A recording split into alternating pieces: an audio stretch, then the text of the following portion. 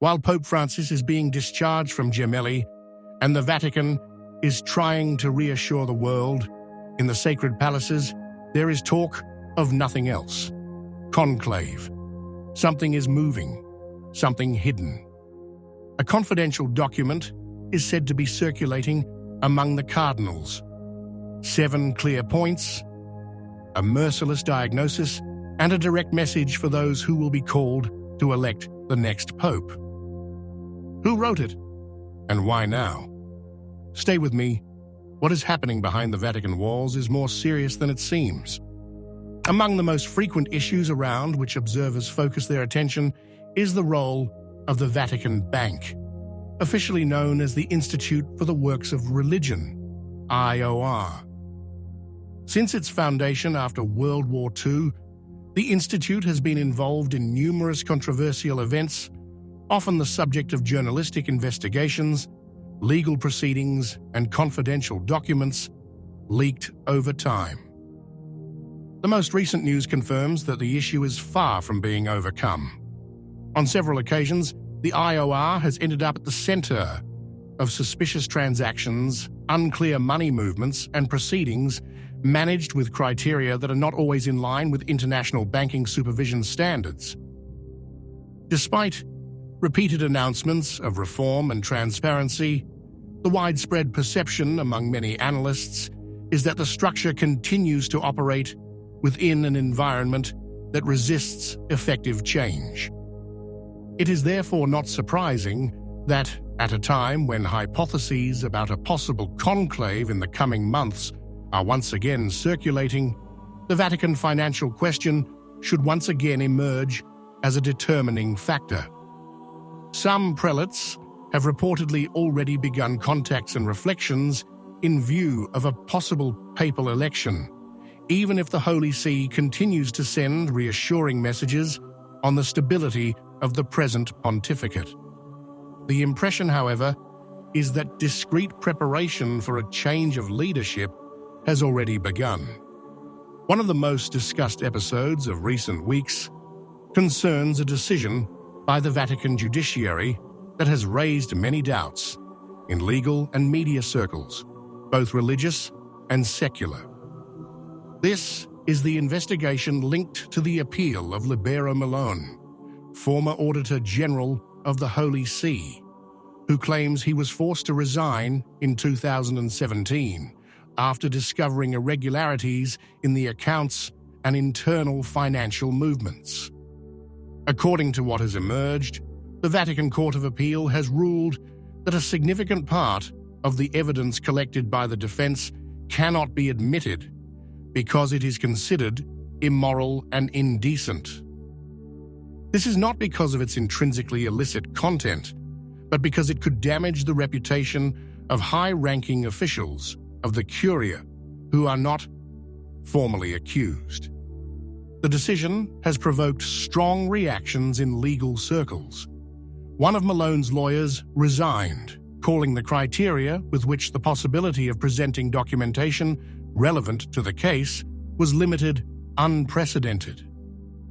The case has reopened questions already raised in the past. How far is the Vatican apparatus willing to go to protect its own image? And what are the limits, if any, between the protection of the institution and the right to the truth of the individuals involved? The contrast between public declarations of reform and the actual work of the internal courts has led several commentators to question the real margin of autonomy and transparency of the Holy See's judicial system. Libero Malone's name is not the only one to resurface in this context. Several precedents suggest that the treatment reserved for those who attempt to investigate the economic and financial management of the Holy See follows a recurring pattern: initial support, increasing isolation, and eventual removal. This is what happened to other figures, including Monsignor Carlo Maria Vigano and Cardinal George Pell, both charged at different times with shedding light on Vatican finances.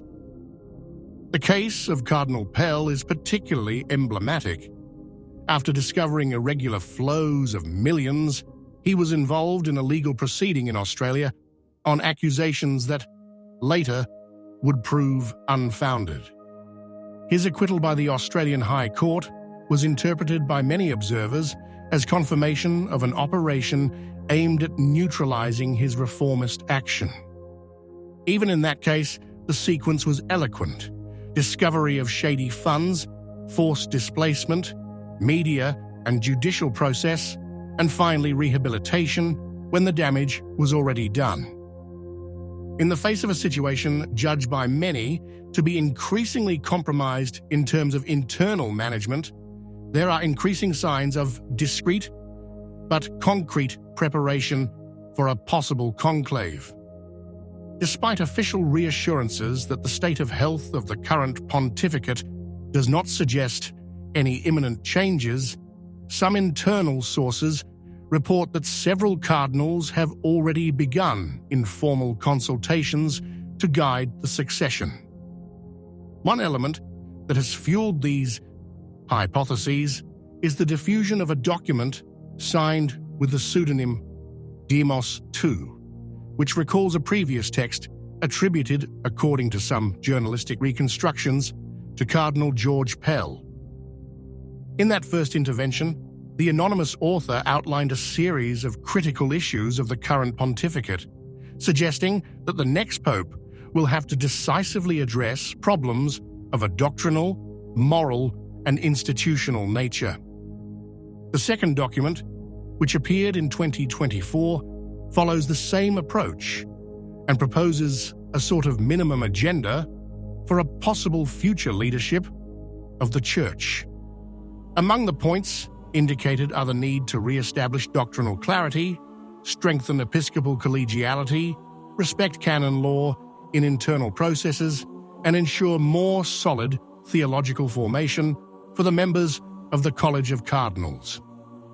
The text does not contain direct attacks, but offers a critical reading of the present, with a series of proposals that implicitly outline a clear detachment from the approach of recent years. The effectiveness of a memorandum, like Demos II, depends largely on the reception it will find within the College of Cardinals, called to elect the next pontiff. And it is precisely here that the greatest doubts emerge.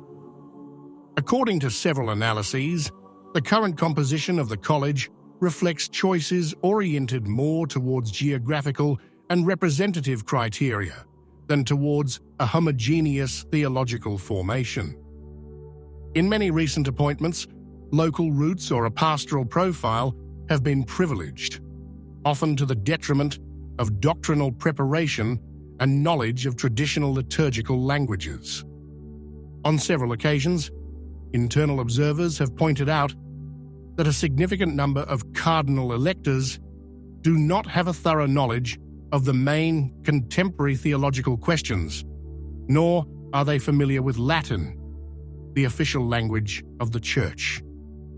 This lack risks severely limiting the capacity for discussion, especially in a conclave, which, by its nature, requires discernment on delicate and often controversial issues. Complicating the picture is the fact that many of these cardinals come from peripheral areas, and for obvious reasons, know only a small portion of their confreres personally. In the absence of consolidated ties or common doctrinal references, the choice of the new pontiff risks being based more on personal relationships or on informal indications received from Roman circles than on a real evaluation of the ecclesiological vision of the candidates. Some commentators point out that this very internal fragmentation could make the conclave particularly unpredictable. While on the one hand, there are organized groups and influential figures already operating in weaving relationships and orienting consensus, on the other hand, there is a growing awareness in reserved circles of the need for a return to a more solid leadership rooted in tradition. The balance between these two trends will most likely be the deciding factor. In this sense, Demos Secou takes on a double value, not only as a proposal for a return to doctrinal coherence, but also as an indirect denunciation of the system that has protected, or produced, the economic distortions of recent years. The document does not specify names or episodes, but it presupposes the causes. Those familiar with recent cases cannot fail to grasp the connection. What do you think? If you liked the video, comment, Amen. God bless you.